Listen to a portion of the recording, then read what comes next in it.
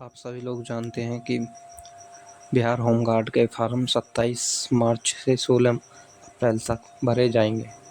तो आज हम देखने वाले हैं कि हम अपने फ़ोन या लैपटॉप से खुद से कैसे बिहार होमगार्ड का फॉर्म भर सकते हैं। तो उसके लिए हमको सबसे पहले बिहार होमगार्ड की ऑफिशियल वेबसाइट पर आ जाना है। उसके बाद सबसे पहले हमको अप्लाई नाउ पर क्लिक कर देना है। जैसे ही आप लोग अप्लाई पर क्लिक कर देंगे तो आपके सामने कुछ इस तरीक़ा का इंटरफेस ओपन होगा, जहाँ पर हमको सबसे पहले कुछ बेसिक डिटेल्स पूछी जाएंगे, अपलोड डॉक्यूमेंट्स पूछे जाएंगे। उसके बाद फिर हमको प्रीव्यू के लिए दिया जाएगा। तो हमें सबसे पहले बेसिक डिटेल्स में आवेदक का नाम पूछा गया है, तो आपका जो भी नाम हो वो भर देना है। आपके पिता या पति का नाम जो भी हो वो भर देना। उसके बाद यहाँ पे माता का नाम पूछा गया है, इसको भर देना है। यहाँ आपसे आपका स्थायी पता पूछा गया है। दोस्तों, आपको यहाँ पर एक बात का ध्यान रखना है, जब भी आप जिस भी डिस्ट्रिक्ट में रहते हो उसी से भरना है, अदरवाइज़ किसी और डिस्ट्रिक्ट से मत भरना।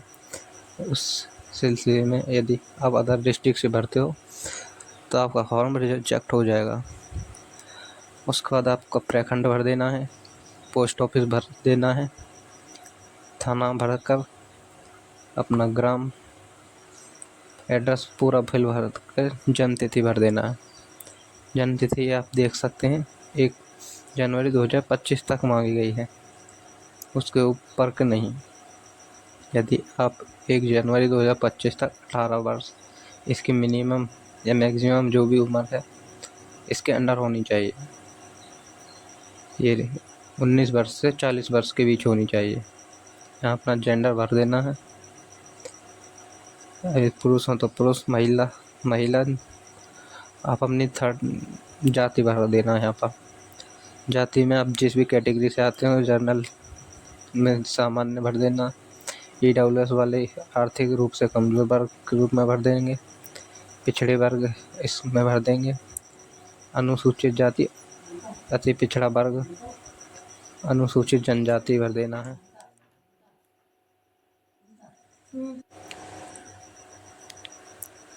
दोस्तों, अपनी जाति भरने के बाद हम नीचे आते हैं। यहाँ पे आपसे पूछा गया है क्या आप स्वतंत्रता सेनानी के पोता पोती नाती अर्थात कि मतलब उनके रिलेशन में हो तो हाँ कर देना, नहीं तो नहीं भर देना। आपकी शैक्षणिक योग्यता न्यूनतम इंटरमीडिएट होनी ही चाहिए। आप इंटरमीडिएट भर सकते हैं, स्नातक भर सकते हैं, या उसके ऊपर जो भी उस भर सकते हैं। यहाँ अपना मोबाइल नंबर दर्ज कर देना है, ईमेल आईडी। यहाँ पूछा गया है क्या आपके विरुद्ध कोई आपराधिक मुकदमा दर्ज है, यदि हाँ तो वहाँ पे क्लिक करके उसका कांड संख्या लिख देना है, और नहीं तो नहीं के ऑप्शन पर क्लिक करके यहाँ पे अपना पहचान चिन्ह लिखना है।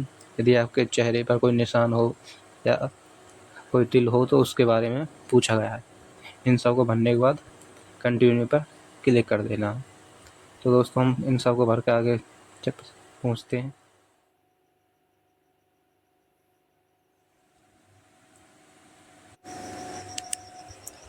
तो दोस्तों, आपने बेसिक डिटेल्स भरने के बाद अब हम अपलोड डॉक्यूमेंट्स पर आ चुके हैं।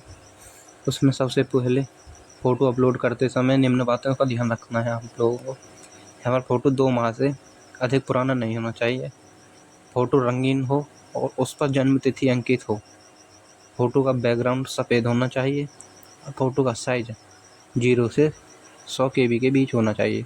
अब फ़ोटो का फॉर्मेट JPG फॉर्मेट या JPEG फॉर्मेट में होना ज़रूरी है। उसके बाद आपसे हस्ताक्षर पूछे गए हैं। यहाँ पे आपको अंग्रेजी में लिखना है और यहाँ पे हिंदी में अपलोड करने हैं। यहाँ पर भी हस्ताक्षर 0 से 50 KB के बीच होना चाहिए साइज। उसके बाद JPG और JPEG फॉर्मेट में ही होना चाहिए, अदरवाइज और किसी फॉर्मेट में नहीं चलेगा। उसके बाद आपसे निवास प्रमाण पत्र पूछा गया है, जन्म तिथि प्रमाण पत्र पूछा गया है, संबंधित मतलब आपसे जो कक्षा 10th या 12th में जो भी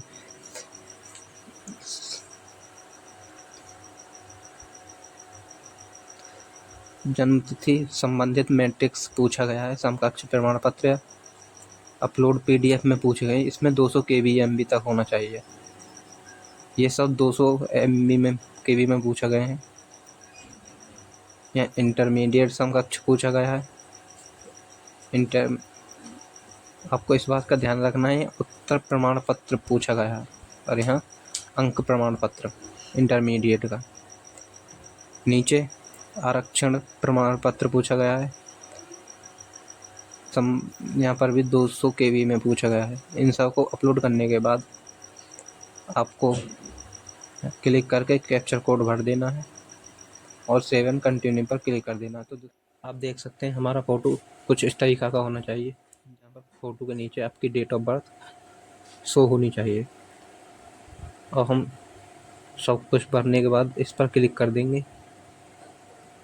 यहाँ हम अपना कैप्चर कोड भर देंगे। कैप्चर कोड भरते ही आप जैसे ही आगे बढ़ेंगे वहाँ पर आपने जो हमने अब कैप्चर कोड भर दिया है, यहाँ पर सेव एंड कंटिन्यू कर देंगे। यू आर नॉट शॉर्ट से दिस रिकॉर्ड। यहाँ आपसे पूछा गया है कि आप इस रिकॉर्ड को सेव करना चाहते हैं या नहीं। यदि आपकी कोई मिस्टेक हो तो आप नो करके दोबारा उसको ठीक कर सकते हैं, नहीं तो यस पर क्लिक कर देंगे। जैसे ही आप यस पर क्लिक करेंगे आपका डाटा सेव सक्सेसफुल हो जाएगा। जैसे आपका हो जाएगा आप ओके कर देंगे।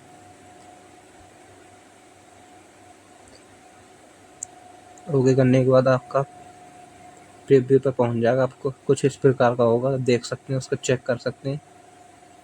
उसके बाद आप कंफर्म करेंगे। कंफर्म करने के बाद कंफर्म के लिए इस पर क्लिक कर देंगे और फिर से आपसे पूछेगा कि एप्लीकेशन को आप कंफर्म करना चाहते हैं नहीं, तो आप यस कर देना कि हाँ हम कंफर्म करना चाहते हैं। उसके बाद आपके मोबाइल नंबर पर कुछ OTP आएगा जो आपने दिया होगा। उस OTP को भरकर अब यहाँ वेरीफाई कर देंगे। OTP भरते हैं हम।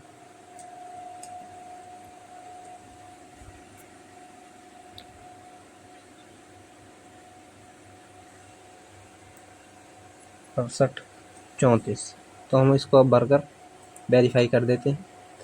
वेरीफाई अब जैसे ही वेरीफाई कर देंगे आपका फॉर्म कुछ इस प्रकार का दिखेगा। OTP वेरीफाई सक्सेसफुल हो गया है। ओके क्लिक करके अब आपकी फ़ीस कटेगी।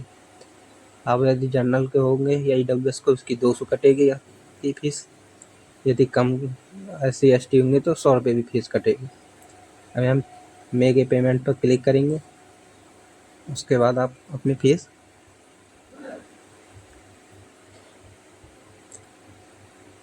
आप यहाँ देख सकते हैं। कार्ड से भरना चाहते हैं तो ये कार्ड से कर सकते हैं, पे थ्रू UPI के थ्रू कर सकते हैं, QR कोड के थ्रू, नेट बैंकिंग के थ्रू, आप जैसे भी करना चाहते हैं कर सकते हैं।